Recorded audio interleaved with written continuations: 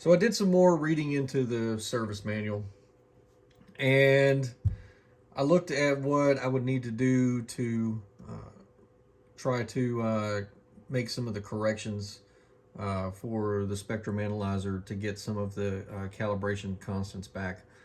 And really, once I started looking into it, it didn't look like it would be beyond the capabilities of what I have right now. So I think I decided that I'm going to go ahead and make the attempt. And I think I may have kind of got a little premature with thinking that it would be too difficult to restore some of the calibration constants. So that's what this video is going to be. This is going to be, I guess, a part two to that first video there that I just put out. So I've got the applicable sections of the manual printed out, and we'll take a look at some of the routines, and then I'm going to perform some of those routines on the camera there, and I'll talk about what we're doing with the instruments, what we're looking for, some of the how we're going to get the correction constants back, because it looks like the manual is going to sort of walk us through how to do that. So here's the sections of the service manual I printed out, and we're just going to do them in order. There's a Cal Attenuator error section which we're going to do. This is going to get the attenuators. It's going to measure the error on the attenuators, and then we will get new constants. So the attenuator error correction procedure involves we'll disable the attenuator correction constants, which there are some in there, but because there's from the the parts spectrum analyzer, the correction constants that are currently in the non-volatile RAM are for another spectrum analyzer. So we'll have to establish new ones, and then we'll determine the step attenuator errors, and then we'll enter the new correction constants into the analyzer from memory. The next section is going to have us for the log and linear amplifier, and we'll use a 21.4 megahertz signal injected into an IF test board. And I remembered that I actually have these IF test boards. I bought these on eBay a few years ago, and I just saw them, and I was watching them, and the seller made me an offer I couldn't refuse. It was really cheap, so I bought them. But I've got these IF test boards here. This is the one I know the service manual shows using. I'm not sure where these are used. I don't know if these are even for the spectrum analyzer. They may just be some that they threw in, but we'll find out. And then these are the crystal shorts for adjusting the crystal bandwidth, the crystal filters for tuning those.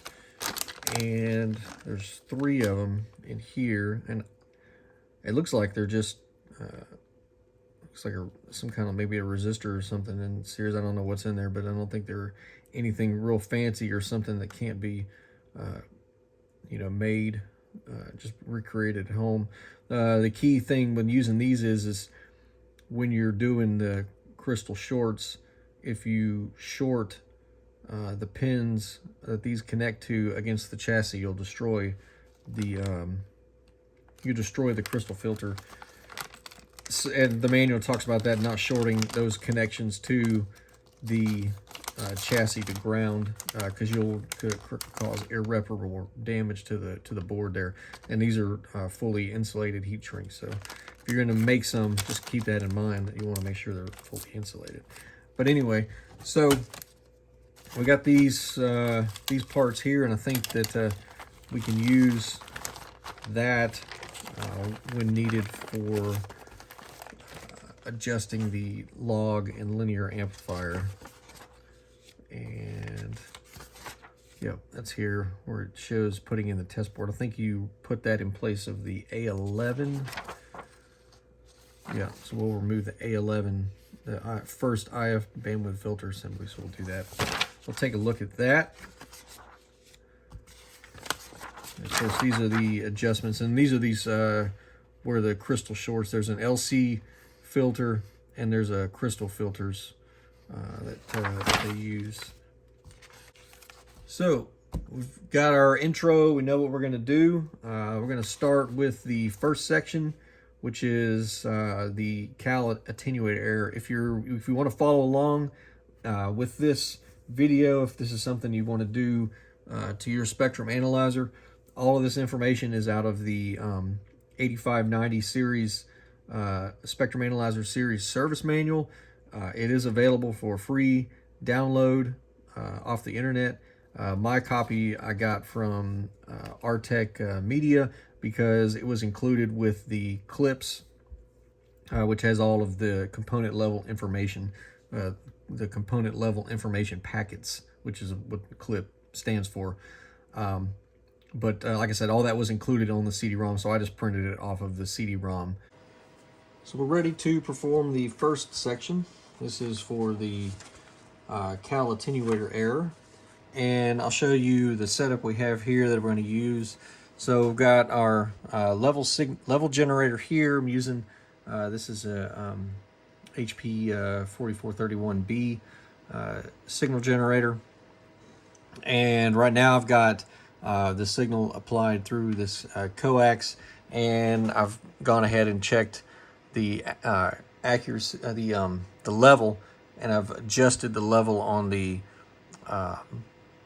signal generator so that we get a level at the input of 25 megahertz and minus 19 dBm, and that is per our section, our first section here. We're going to be applying a signal of 25 megahertz and the output of 19 dBm. So I'm going to use this TEC spectrum analyzer as, I guess, our reference spectrum analyzer for getting the level adjusted correctly. All right, and so now so we've set our frequency level generator, and now we're going to set up the analyzer. So first thing we'll do is hit the preset button.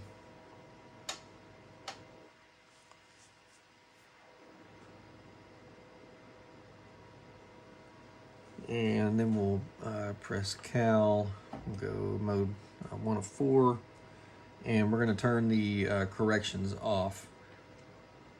All right, so now we are no longer using our correction factors. Hopefully here we'll be making some new ones. So we've completed this first portion here, and next we're going to do this next step. All right, so we're going to go peak search and marker delta, and then we're going to say marker function, marker track on off. We're going to go on. All right, and this says the marker delta amplitude reading should be 0 dB plus or minus 0.01 dB, and if it's not, repeat step 7. So our marker delta dB, we can see right there, is we'll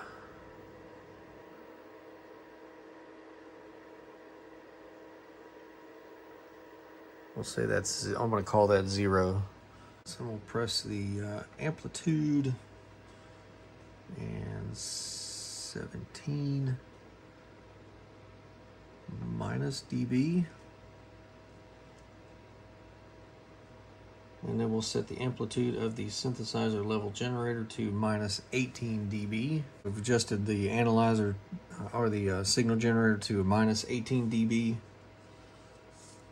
and we'll depress the marker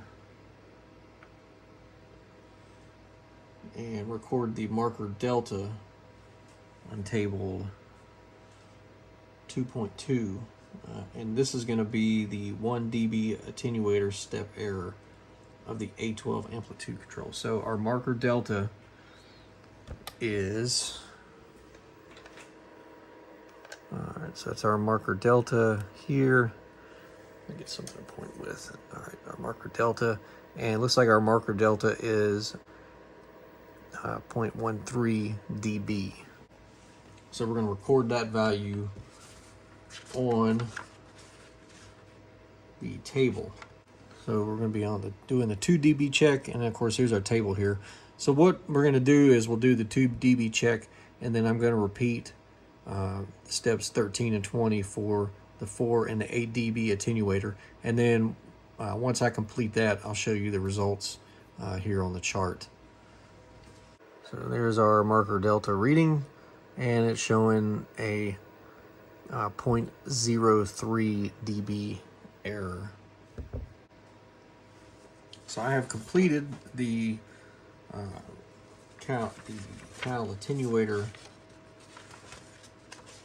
I've completed the Cal Attenuator error section, and now we're ready to look at the data results here. So I've got them written down here. You can see there's 2 columns.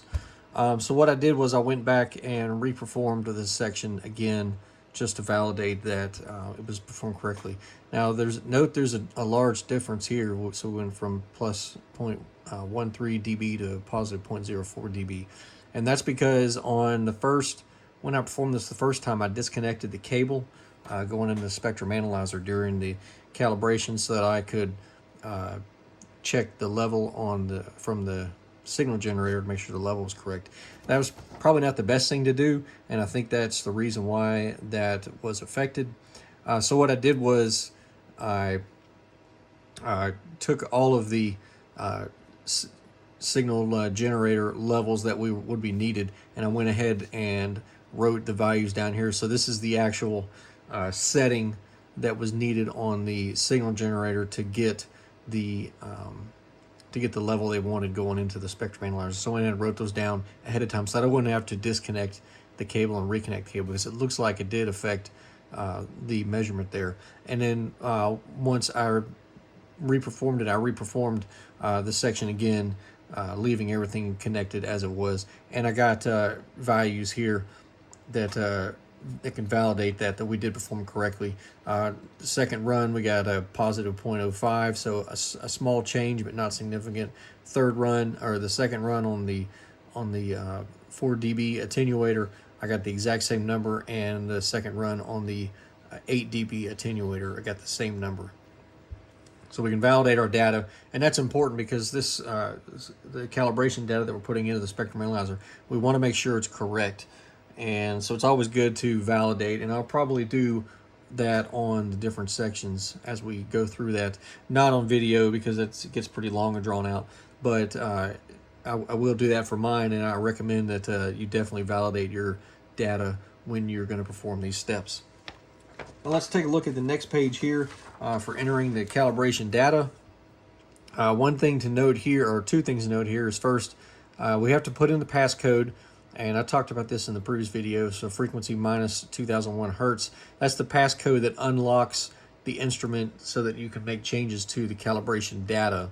So that's important there, and that's what this note here talks about. And then the second thing I wanted to bring up here, which this is kind of tricky, and I had to read this a couple times to understand what they meant. So when the analyzer prompts you with the message, enter Cal Attenuator error, enter data from table 2.2 and terminate with the reverse sign using dB or minus dB keys. For example, if error recorded in table was 0.07, then you would enter the data as 0.07 and terminate with a negative dBm key. So you're entering the data because it's a correction. So you're gonna correct in the opposite direction, because so that the net gain so that the instrument is then brought up to a flat response. So it took me a little bit of reading through that to understand what they were looking for, but I think I understand that now. So and then when we were prompted to enter the 16 dB step, we'll put in 0 dB because there's a note in the I believe it's in the source manual, talks about it. The 16 dB step attenuator is not used in this spectrum analyzer, so we're not going to correct that. The firmware will look for data to be entered, put in 0, and then it will the analyzer is going to reset at that point. And then we'll go back and confirm our data here. The first thing we'll do is hit the preset key.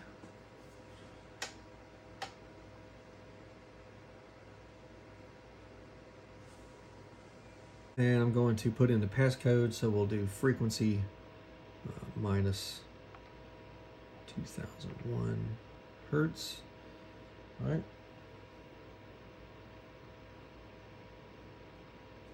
And we'll press Cal. One more and two more. And then we'll press service Cal. And we need to set attenuator error, which is down here on the bottom, so set attenuator error.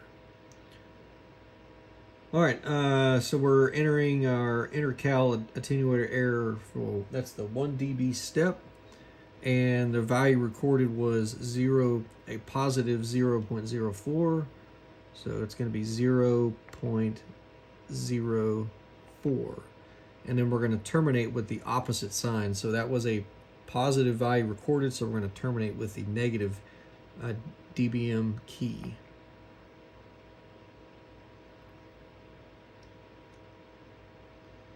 All right, now we're going to enter Cal attenuator error for the 2 dB step attenuator. That was a 0.03, and that was that was a 0. Let's see if we can go backspace. All right, there we go. Correction, that was I'm going to put in the 0.05. That was the second time that we ran that.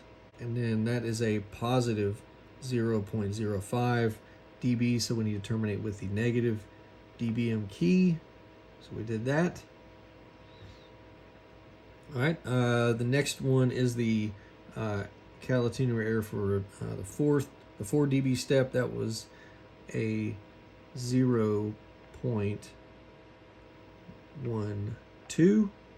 and that was a negative, so we're going to terminate this time with the positive dBm key.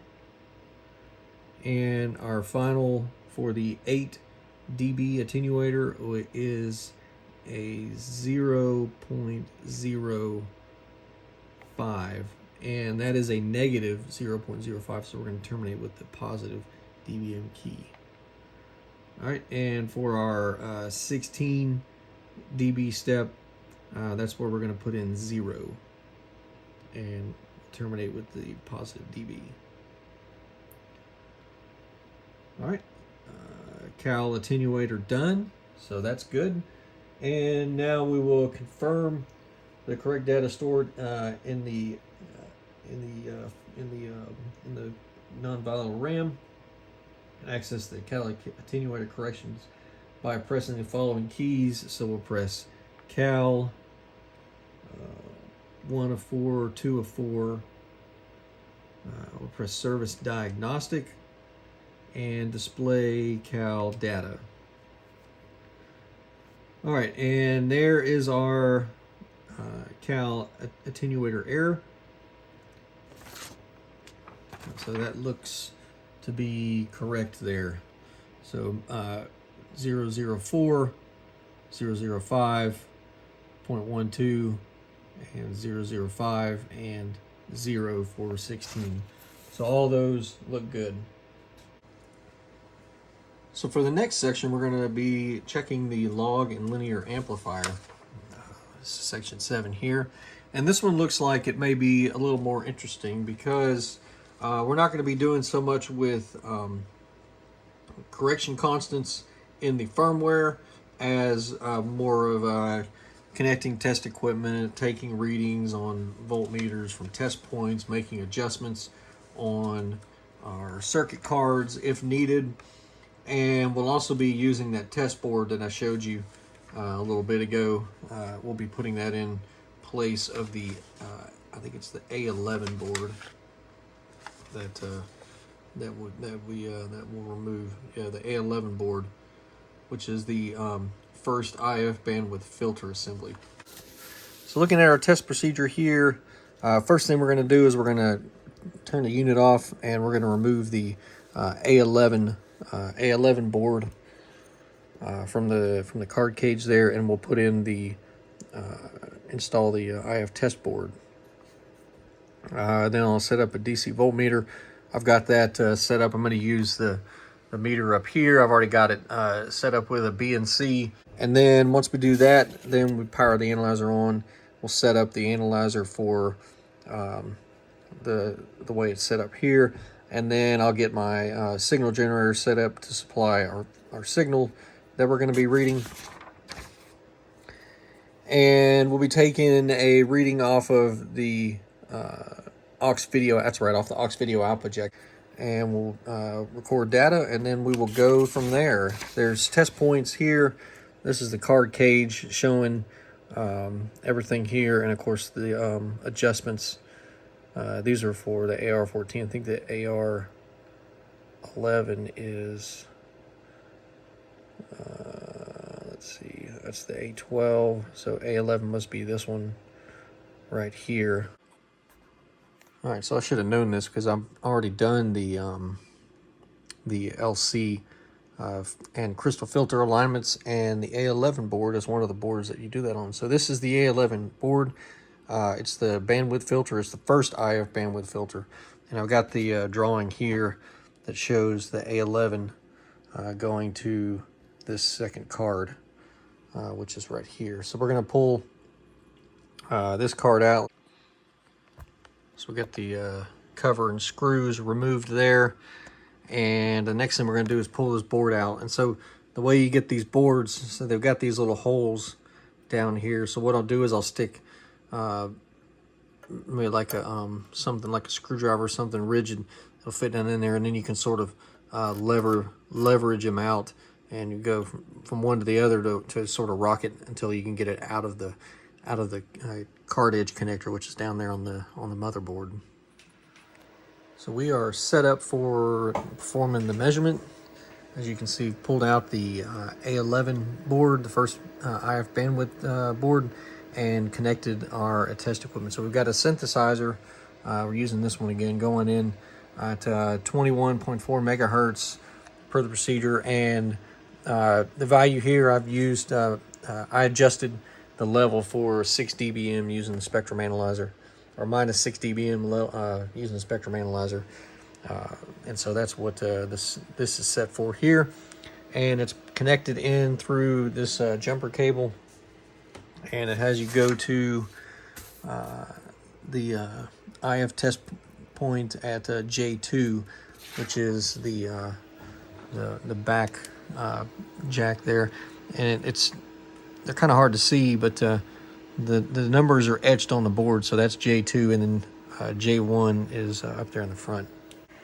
Here on the back, the aux video output jack right there is feeding the DMM. And so first thing we're going to do is, once we got our test equipment set up, I've already set up the analyzer per this step 4 here, and I didn't feel like showing that on the video because it's just punching in keys and stuff. It's not very interesting there.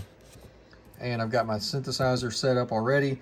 I've got the connections made to the test equipment, so we're ready to go on to the next section.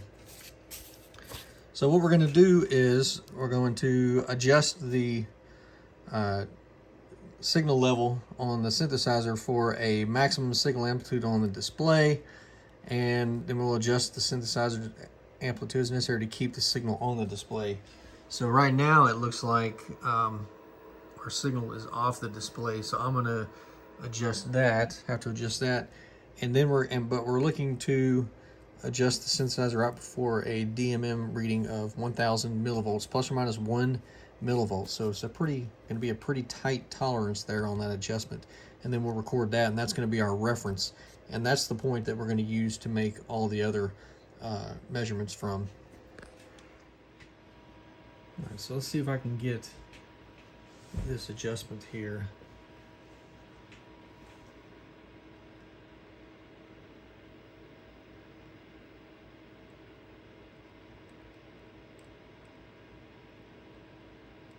All right, there we go. Now it's starting to bring it on the display. So we need to keep it on the display.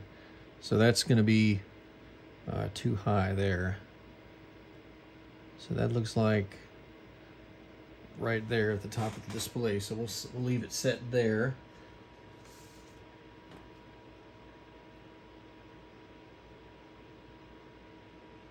All right, and I'm gonna write that down for my information so that signal generator is set to minus 6.9 dB. And we're going to adjust the synthesizer output level for a DMM reading of 1000 millivolts plus or minus 1 millivolt. So already on the multimeter there, we're showing that after we made that adjustment, so if you remember a minute ago before we made the adjustment, it was well over 1 volt. And now it's pretty close to 1 volt there. So, all right, so we're going to be adjusting now. And let's see.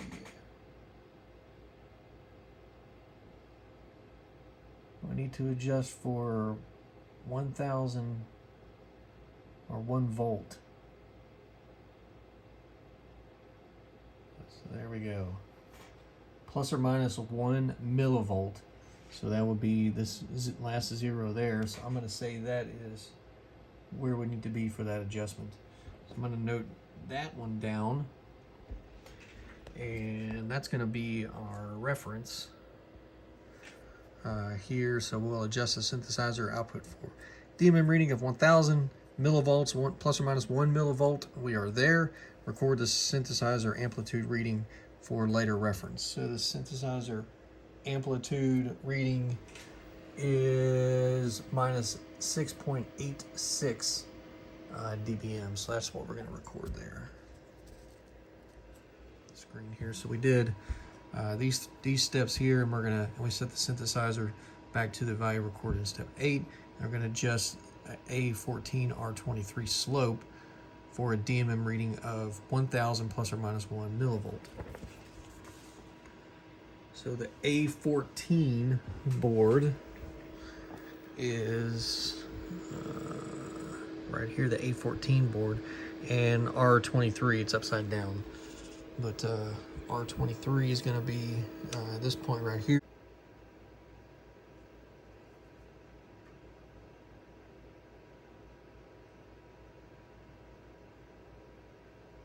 There we go. So that is plus or minus 1 millivolt of our, so remember it was a 1.0004 and we're at 1.00056, so we're within range there. All right, now we're going to reduce the signal source level by 60 dB, and we're going to adjust the A14R10, which we've got a picture of it here. The A14R10, which is going to be this. So this was the slope. We just did that a minute ago. Now we're going to do the A14R10, which is right there. And we're looking for a DMM reading of 250 millivolts plus or minus 1 millivolt. And then we're going to repeat those two steps back and forth until no further adjustment is necessary. There. After that, we will set the synthesizer for 30 dB. And we'll adjust the 23 again for 625, and we'll set it, looks like we'll be adjusting our 69. So I'm going to do this step here to step 12. We'll look at that on the multimeter. If we start off at minus 6.86 dB and we go 60 dB down, it's minus 66.86 dB. So I'm going to make the adjustment on A14R10. Now I've got it adjusted, and it's back and forth, and the one adjustment will affect the other adjustment. So anyway, looking at minus 66.86 dB, and right now we're seeing at 250 millivolts within 1 millivolt there, and now I'm going to raise my amplitude up to 6.86 dB, and we're seeing that that we're still at the 1000 within the 1 millivolt. All right, so now I'm gonna move on to perform the rest of the section here. Again, adjusting the trim pots there that we showed, and then I'll look at the results, show you the results that that I have once that is complete. All right, after a whole lot of tweaking on the different trim pots there, going back and forth between the slope, and depending on which section you're doing, either the offset, which was the first section, and then there's the minus 30 dB and then the minus 10 dB, so you make those adjustments. And this one's a little bit farther down inside the board, so you'll need a little bit longer screwdriver to get to. Completing these sections here, and these are the results for the log fidelity check, and they're all well within specs. We started at 1000 millivolts.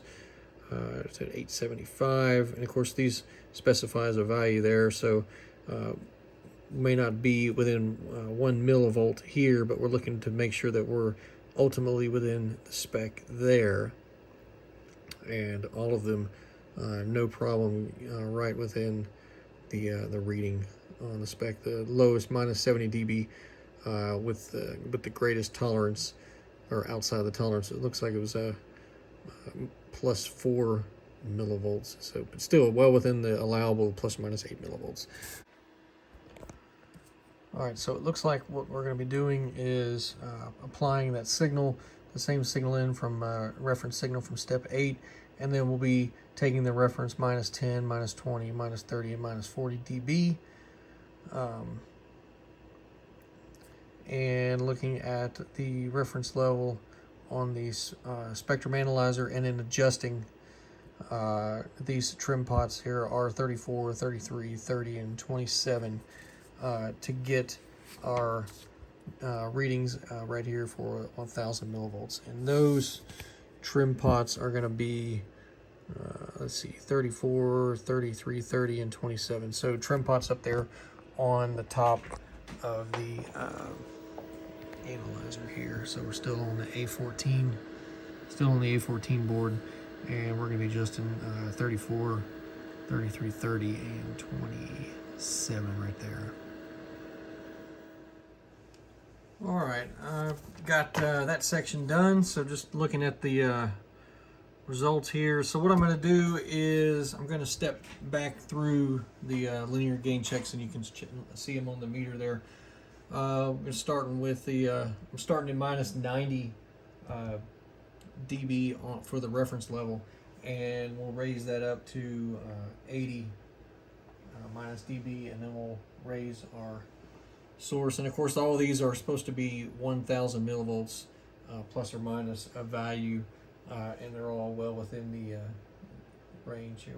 I had to make some adjustments. This is the 70 minus 70 reference level value, and now I'll change to the minus 60 reference level value, which is that one there, and finally back to the minus 50, which is at our original signal level.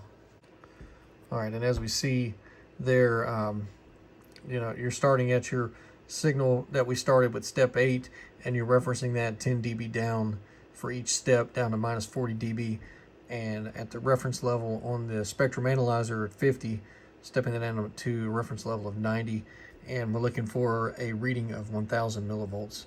And after a lot of back and forth with the trim pots, and they're single turn trim pots, so they're very touchy to get the values there. I was able to get it, so it took a little back and forth anyway, and I've got the values written there. But again, well within the specifications. So this section is going to be adjusted very well. And real quick, before I put it in, I wanted to have a look at the bandwidth. This is the A11 card. Before I put it back in, we'll just have a look there at the crystal filters, which are there, and then these are those test points that I was telling you about, that the manual says if you short those when you're putting in the crystal shorts, that'll damage the board. So but you can see how that is. And then there's the adjustments here, and this section is covered in one of the other sections. I don't know if it's, I have to look and see. I think section 8 and section 9, because this is section 10. I think section 8 and 9 are the Cal frequency and Cal amplitude, which it basically just has you go through the routine, and I'm not going to do that because that's an automatic test there. But there is a section for adjusting these filters, and I've done that. I did that initially before I replaced, or after I replaced the A16 board. I made those adjustments on the LC and the crystal filters to get them back into range, just because you know, and I don't know when they were done last, and in case they needed to be adjustment, and I did make some adjustments to that. So then we're going to adjust the third converter and the second IF bandpass. So what this section is going to have us do is it's going to have us remove the A11 card again and put in that test card, and then we're going to disconnect the input to the third converter, which is the 321.4 megahertz IF in.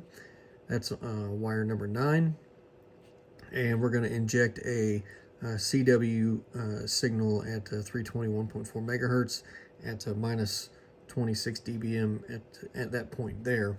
And then the signal coming out, this is the A11 card, which is removed.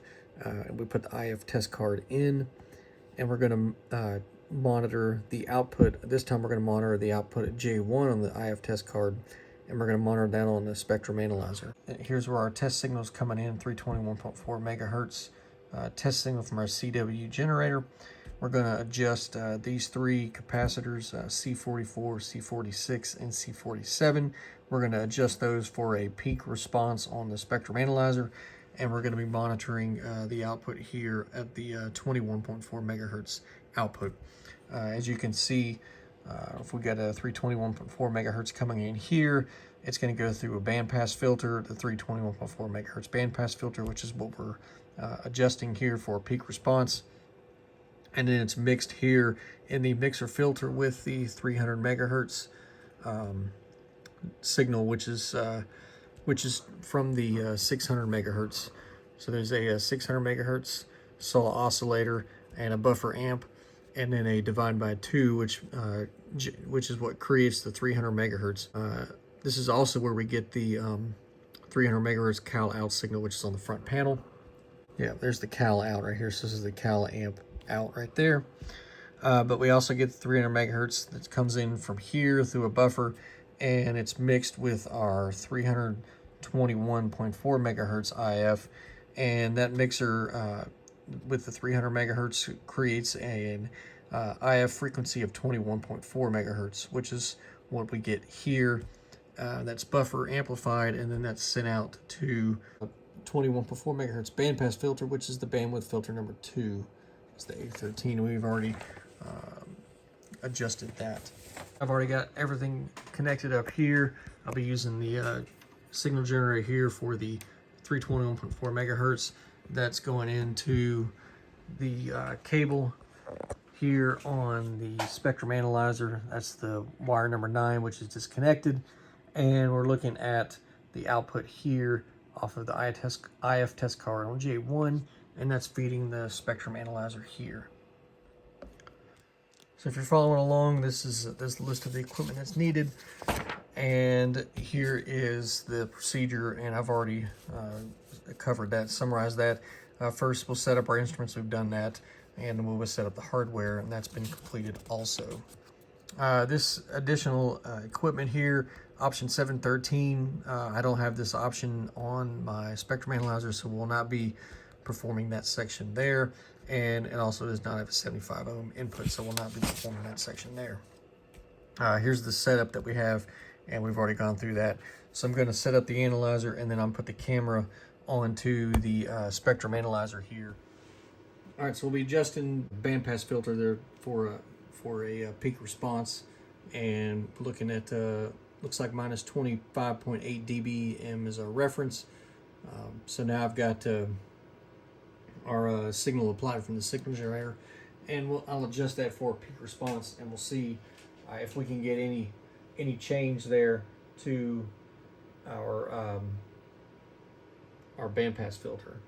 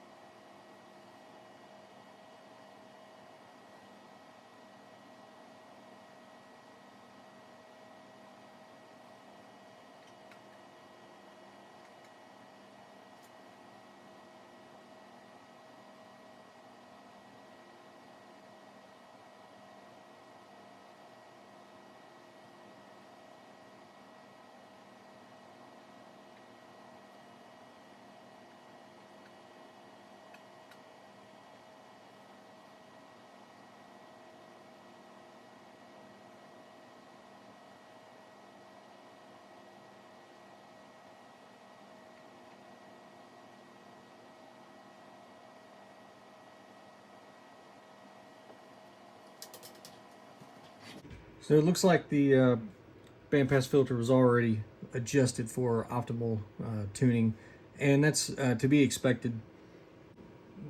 This section here, mostly going through and making sure that the instrument performance wasn't degraded because of the water intrusion that we had.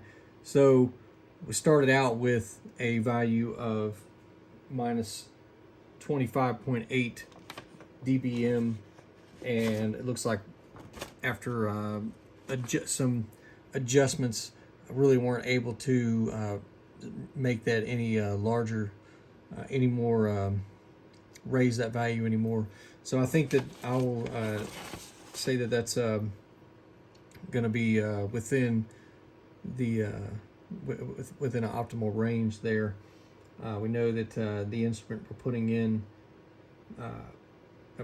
at minus 26 dBm signal, so factoring in for cabling and whatnot, I'd say that's probably pretty much a peak response there of that signal. It's interesting to note that the manual doesn't tell you for a particular value to aim for. There, it just says for a maximum signal amplitude. So it looks like that's the maximum I'm going to be able to get out of making those adjustments. So we'll leave it there at the minus 25.8 dBm value where it's sitting right now.